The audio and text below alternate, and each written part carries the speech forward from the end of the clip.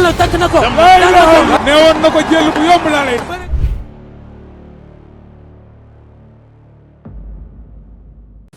accepté naa avance su Modou Lo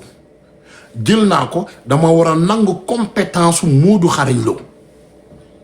nangu compétence su Modou Xarañ Lo mooy xam lan mooy aspect point fort yi ak point faible lu Modou Lo reconnaître gloire bi mu nekk ci sama kanam muy loo xam ne danga koy embellir maintenant bul boobee nga gis ci Modou ci sa préparation d'entraînement nga war a tojee bul bi pour dugg ci 18 Modou maintenant pour nga dugg ci 18 Modou dañ ne la foo nga am engagement benn ñaareel bi foo nga am concentration ci concentration bi ndax sa jabar bàyyi na la nga concentré wu ndax sa bàyyi na la nga concentré wu ndax sa staff bàyyi nañ la nga concentré wu que ça soit clair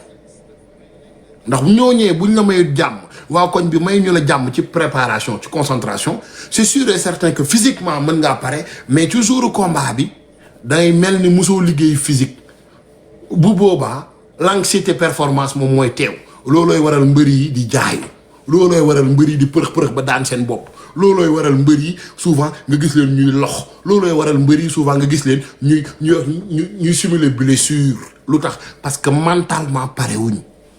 kon ci concentration bi soo ko amee c'est l'aspect psychologie mon frère concentration bi boo ko amee loolu moom moo la war a yóbbu vers la confiance et quand on parle de la confiance chers amis internautes c'est de savoir vraiment lan mooy say valeur mais valeurs yi nga war a xam Sa Thiès war ko xam mooy Sa Thiès yaay kan ñu ne man maay doomi Double Less mais c'est qui Double Less ñu ne le Double Less de c'est un champion hors pair man maay rakki Balla Gaye c'est qui Balla Gaye c'est un champion hors pair mais est-ce que parcours bi Double Less def est-ce que parcours bi Balla Gaye def war naa kaa def ma ne déedéet parcours bi Double Less def Balla Gaye def ko waruma kaa def damaa war a def lu ëpp loolee ñu ne kon Sa Thiès lan mooy sa but foo fixer but bi nga ne fixé naa sama but ci combat bi nga xam ne moom moo war a mën a déterminer kan mooy Sa Thiès plus tard donc Sa Thiès bu boobaa staffam dañ ko war a mën a may concentration bàyyi ko mu am le contrôle d'intérieur parce que nag ñëpp xam nañ ne bu fekkee ne da nga nekk ci entraînement yu intense psychologiquement liy njëkk a ñëw moom mooy lan mooy le stress l'angoisse dépression lu tax parce que dafa am ay facteurs yoo xam ne dafay jouer hormonal ci yow muy augmentation du testostérone bi sérotonine bi l'ocytocine bi yooyu yëpp dafay yokk ci doomi aadama bi plus en plus ngay entraîner intense sérotonine day yokk testostérone day yokk l'ocytocine dafay yokk de plus en plus il y a des glandes qui ouvrent qui te envoient des signaux yoo xam ne ni su l'aspect mental loolooy waral ñu ne la mbër mi dafa war a mën a am li ñuy wax un coach mental parce que nag sans mental mën ngaa pare ba gën a pare ñëpp boo ñëwee da ngay daanu Mohamed Fadal dama la koy expliquer waatal chez nous ça n'existe pas l'excès de confiance koo dégg ñu naan la excès de confiance parce que aveugle la demee toute confiance il est aveugle elle est aveugle cette personne tu comprends donc l'excès de confiance du luñ mën a accepter ci monde de sport bi nekk nii moom mooy lan compétence bi ñuy def man ak yow à part physique bi li nga xam ne moom moo jëm ci lutte bi technique yëpp dañ koy defandoo man ak yow kon mënuma am technique bu ëpp say technique ndax dafa am partie boo xam ne non pourtant ça existe foog ngeen bàyyi xel dama ne leen foog ngeen utiliser xel yi dañuy utiliser xel yi tuuti waxuma ne ça n'existe pas de waxuma la loolu de waxuma leen ça n'existe pas de waaye dama ne leen excès de confiance foo ko déggee ci sport individuel mooy cette personne n'a pas le contrôle amul contrôle manque de contrôle peut te pousser à avoir la confiance et faire plus que la confiance demande bu boobaa tu n'es pas confiant seulement tu es aveugle foofu laay waxee génn mooy du càgg ne am naa doole rek damay daw dal ci kaw waa ji mooy mentalement ci cerveau j'utilise pas ma tête vraiment il faut que ça soit clair mais le dopage bokkul maanaam ñi ngi jëm ci aspect légal jazz ci aspect légal même le dopage boo ko jëlee sax te pas dans le monde légal moom mooy li nga xam ne ni mooy les substances yi ñuy yokk ci ñun substance yooyu ñuy yokk ci ñun ça définit pas la personne bala nga koy xam nit jël substance rey nit ci ngay xamee ne tey loolu bokkul ci nit ki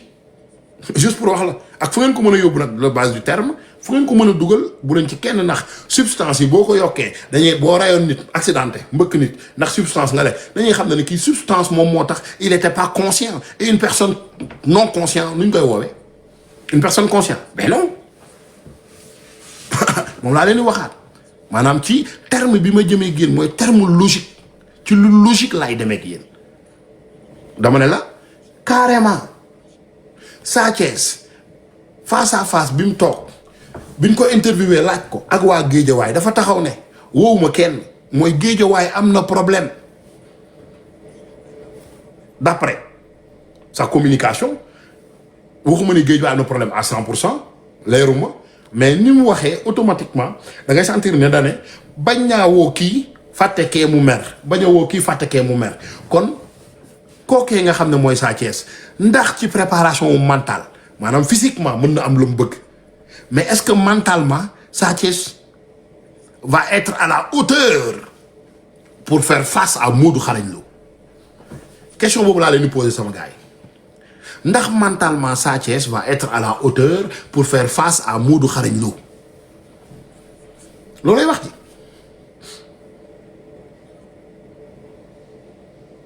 ndax Sa Thiès dana nekk ci hauteur boo xam ne dana mën a def face à Modou Xarañ Lo foofu laa leen di waxee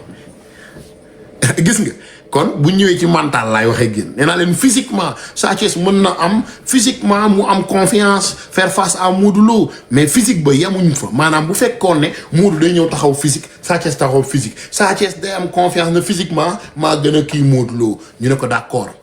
mais est-ce que ci physique la gars yi war a jëlee couronne bi ñu ne la déedéet ci lan ñu ne la ci aspect lutte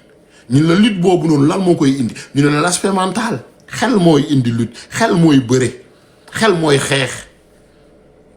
kon première confiance ñu ne la Sa Thiès mën naa am confiance ne Modou Lo maa la ëpp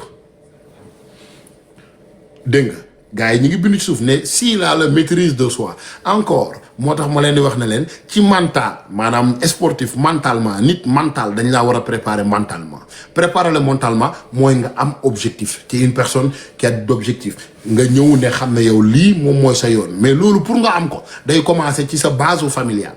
mooy sa ndey ak sa baay bi nga dëkkal kër gi nga dëkk yaag sa jabar yaag sa staff bët yi lay xoolee nañuy waxee ak yow mën na dindi confiance ci yow mën na dindi concentration ci yow te non seulement mën na la yóbbu nag nga dem agressif à 100% maanaam yóbbu lu ci manque de contrôle et manque de contrôle moom moo waral lan ñaata mbër nga fi dégg dóor nañ seen oto yi seen loxo yi dagg ñu naan noo gàllaaj yi la ñaata mbër nga fi gis ñu ñëw ci biir géew xamoo luñ bëree daan seen bopp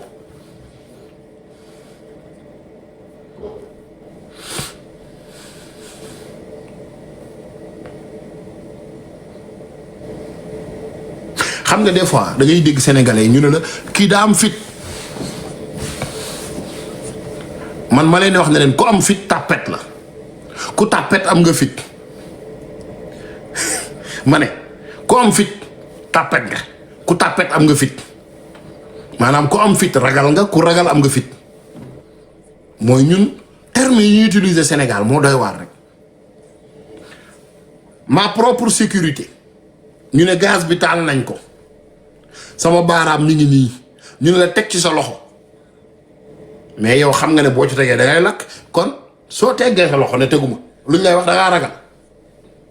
mais bu fekkee ne da ngaa jël sa loxo teg ca luñ lay wax da nga am fit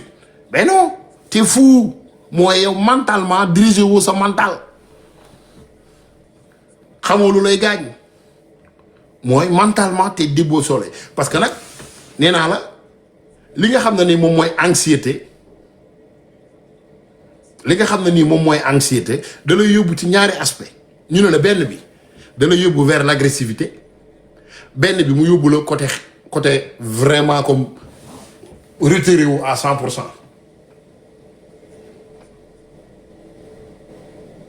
yaa ngi comprendre mu ne fii ak dof fii fit ak dof du benn ben oui fit ak dof du benn léegi nag ma leen wax na leen sportif lan la war a def dafa war a dof wala dafa war a dof wala dafa war a am fit lan ngeen wooye fit encore dès qu'on parle de l'anxiété il y a la peur qui s'installe xaaral ma dugal ko coup avant mu may dugal coup ma daw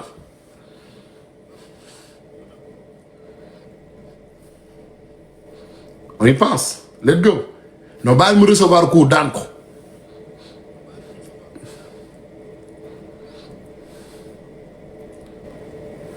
fit égale stratégie fit égale stratégie donc fi may ñëw damay ñëw génn ci benn bref bu ndaw dañ ne la réaction du corps sportif devant la peur anxiété de performance se manifeste par des réponses de stress intenses. Maintenant, quand c'est intense, le rythme cardiaque respiratoire accéléré, tremblement yaram, mais moite mooy loxo yoo xam ne dafay humide day tooy moom la ñuy wax mais moite nga ñëw ci vision boo xam ne nii vision wu tunnel la maanaam vision bu ñuul kukk bu amul lumière kon anxiété boo ko di dund ci loolu ngay ne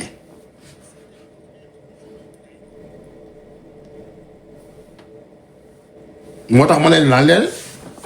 anxiété de performance dafa am lii jiili lay doon wax naan stress dama koy joxaat ne ko stress compétitif dafa am qui n'a rien à voir avec l'anxiété moo tax may wax ne ndax saa neex ma naan saa neex ndax saa Cees dafay am problème mu stress compétitif wala dafay amee anxiété wu performance posé ngeen question boobu ndax Modou Lo suy bëree ak Balla Gaye dafay amee stress compétitif wala dafay amee anxiété wu performance mental la ngi noonu maam Saaga Cissé nee na la début stress du combat moom mooy le stress compétitif donc nag stress compétitif boobee Sa Thiès da koy am et le stress compétitif boo ko amee dafay diminuer performance en général lan moo tax parce que bu intense automatiquement da ngay gis de sa cuisse yi day yëngu nii lay def nii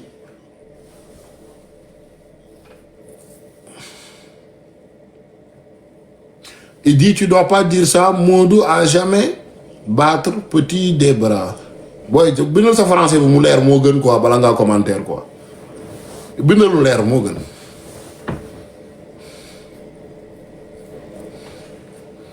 ay bind dara leeru ci ah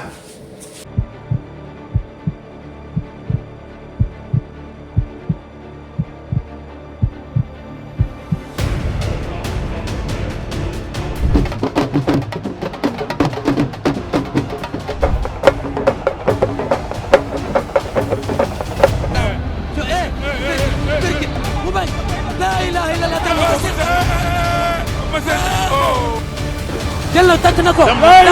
ne woon na ko jël bu yomb laa lay